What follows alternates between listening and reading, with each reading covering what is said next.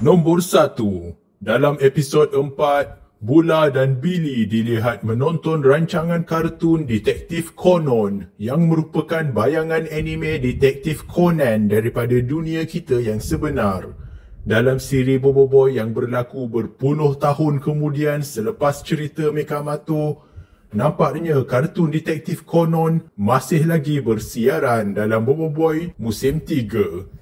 Ini sama dengan dunia kita yang sebenar, di mana anime Detektif Conan yang mula bersiaran semenjak 30 tahun yang lalu sehingga kini masih belum lagi tamat.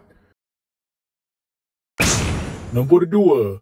Mekamato menangkap robot-robot yang terlepas daripada penjara angkasa dan memasukkan mereka ke dalam mechanizer dan kemudian berbangga dengan jumlah hasil tangkapannya. Perbuatannya di sini mirip dengan Pokemon Trainer yang bertindak menangkap sebanyak mungkin Pokemon untuk dimasukkan ke dalam koleksi peribadi mereka. Malah, rupa Mechanizer dan Pokédex sangat mirip dengan satu sama lain dan kedua-duanya berfungsi memberi maklumat kepada pengguna berkenaan robot atau Pokemon yang wujud dalam sistem data masing-masing. Amato pun kini dilihat menggunakan robot hasil tangkapannya seperti Pokemon, di mana dia menyeru keluar sesetengah robot dan memberi arahan kepada mereka. Nombor 3. Mekamato musim 4 episod 3 memperkenalkan kita kepada dua pintu teleportasi bernama Dore dan Dorby. Pintu yang membolehkan orang bergerak terus daripada satu lokasi ke lokasi lain yang berjauhan. Ini sebenarnya diinspirasikan daripada pintu Dokodemo milik watak Doraemon, ataupun dalam bahasa Melayu lebih dikenali sebagai pintu suka hati. Ia selalu digunakan oleh Nobita dan Doraemon untuk bergerak ke mana-mana secara terus. Satu lagi maklumat menarik mengenai pintu Dore dan Dorby daripada cerita Mekamato ini adalah ianya sama seperti Bulbabot merupakan robot yang dahulunya bertugas di penjara angkasa dan bukanlah robot yang jahat. Nombor 4. Dalam episod keempat pula, Mekamato dan rakan-rakannya bermain permainan imposter di rumah pian, di mana mereka perlu mencari siapakah di kalangan mereka merupakan penyamar. Permainan ini pula diinspirasikan daripada game Among Us, sebuah game multiplayer yang sangat popular yang pastinya semua penonton di sini tahu. Nombor 5. Dalam episod yang sama juga, Mekamato bertindak melakukan mechanization untuk menghasilkan baju detektif.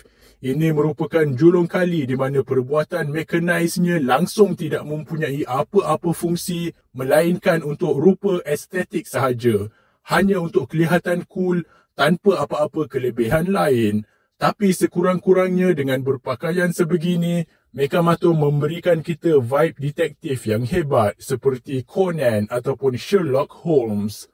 Sama seperti kartun Detektif Conan yang ditonton oleh Bula dan Bully pada TV besar dalam episod yang sama. Nombor 6.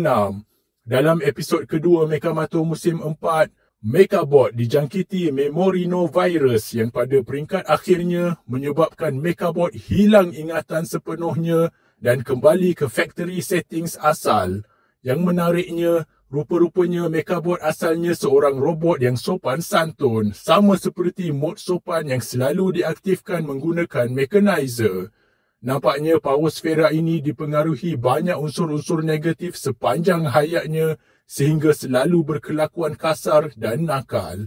Lihat saja dalam episod sebelumnya apabila Amato bertindak sebagai pengawas sekolah yang korup. Mekabot turut sama menyokong segala tindakan melampau yang dibuat Amato. Memang sangat berbeza dengan perangai asalnya yang baik dan sopan.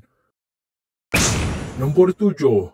Berkaitan isu memori Mekabot, ini merupakan kali kedua di mana memori Mekabot menjadi masalah buatnya.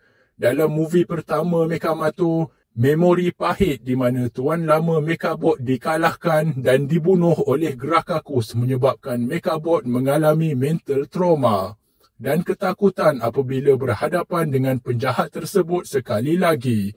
Malah, memori Mekabot itu boleh disalurkan ke penggunanya sehingga Amato sendiri dapat melihat kenangan Mekabot itu. Nampaknya, isu memori adalah tema yang berulang buat Mekabot. Nombor 8. Lagi fakta menarik adalah apabila pian boleh mengembalikan memori MechaBot menggunakan backup data yang terdapat dalam makmal ayahnya. Malah, pindahan data dan antivirus semuanya boleh dilakukan melalui port USB yang terdapat dalam kesemua robot dalam siri ini.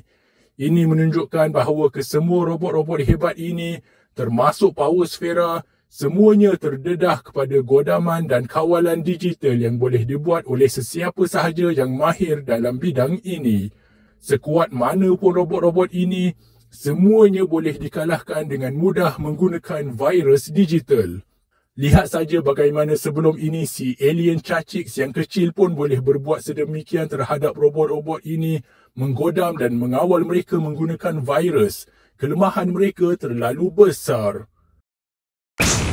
Nombor 9. Deep dan Pian sama-sama berangan untuk menjadi tuan baru buat MechaBot setelah Power Sphera tersebut hilang ingatan, memberikan kita konsep tentang rupa mereka berdua sebagai Mecha Deep dan Mecha Pian. Dalam musim 3, Deep pernah berangan menjadi Maskmana sebagai Mask Deep, manakala Pian pula betul-betul menjadi adiwira Maskmana pada masa hadapan setelah dia dewasa. Nombor 10. Dalam episod 5, Amato cuba menyelinap melepasi robot hasut yang mempunyai kuasa pukawan. Untuk menyembunyikan dirinya, Amato memekanize kotak kemudian berjalan secara perlahan-lahan.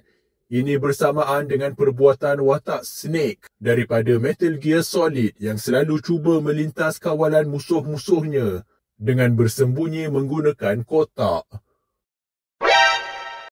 Nombor 11. Dalam episod 6, Mechamato dan rakan-rakannya masuk ke dalam robot Dolly yang berbentuk rumah dan bermain pelbagai jenis permainan hidup mati. Walaupun kesemua permainan tersebut berbahaya, rupa estetik dan hiasan dalaman rumah tersebut sangat cute seperti dunia kanak-kanak. Ini sama dengan tema Squid Game yang memaparkan permainan-permainan brutal dan mengerikan berlatarkan hiasan comel dan berwarna-warni. Nombor 12. Dalam episod 7, kita lihat kemunculan sulung robot Cabby yang merupakan robot taksi. Ini menambahkan lagi senarai robot kenderaan dalam dunia Mechamato. Sesudah Apayapi, Carbro dan Jetsis, seolah-olah kita ada pasukan Transformers versi cerita Mechamato.